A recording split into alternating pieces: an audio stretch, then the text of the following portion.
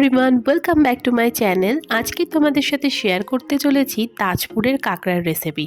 তো চলো রেসিপিটা দেখে নেওয়া যাক। তোমরা দেখতে পাচ্ছ কাঁকড়াটাকে কিন্তু ভালো করে এখানে বয়েল করে নিচ্ছে।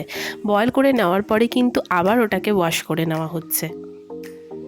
তারপরে একটা কড়াইতে সাদা তেল গরম করে তার মধ্যে একটা মশলার পেস্ট দিয়ে দেওয়া হয়েছে, যেটার মধ্যে আদা, রসুন, পেঁয়াজ, লঙ্কা বাটা কিন্তু দেওয়া আছে।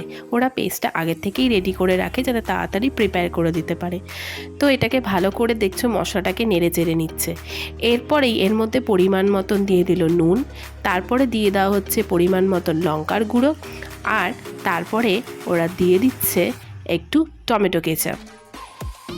এরপরে সব মশলাগুলোকে ভালো করে মিক্স করে নিয়ে কষিয়ে নিচ্ছে।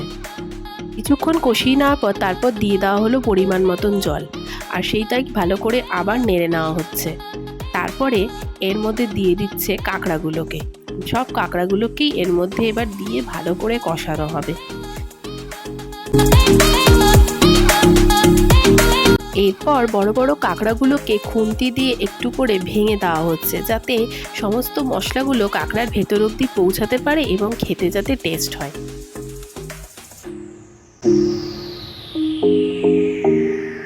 কিছুক্ষণ বাদে বাদে কাঁকড়াটাকে ভালো করে কষিয়ে নেওয়া হচ্ছে।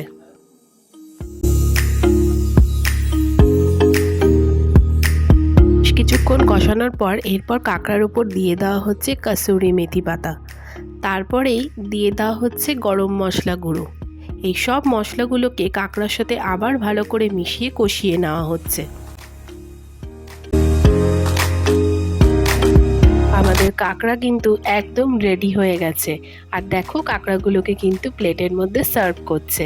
তো আমাদের কাঁকড়ার রেসিপি কিন্তু একদম ডান। ফাইনালি আমাদের কাঁকড়া রেসিপি কিন্তু একদম রেডি। তো তোমাদের যদি এই রেসিপিটা ভালো লেগে থাকে তো অবশ্যই আমার চ্যানেলটা লাইক, শেয়ার, সাবস্ক্রাইব করে দেবে। আর দেখা হবে পরবর্তী ব্লগে। সো আজকের মতন টাটা।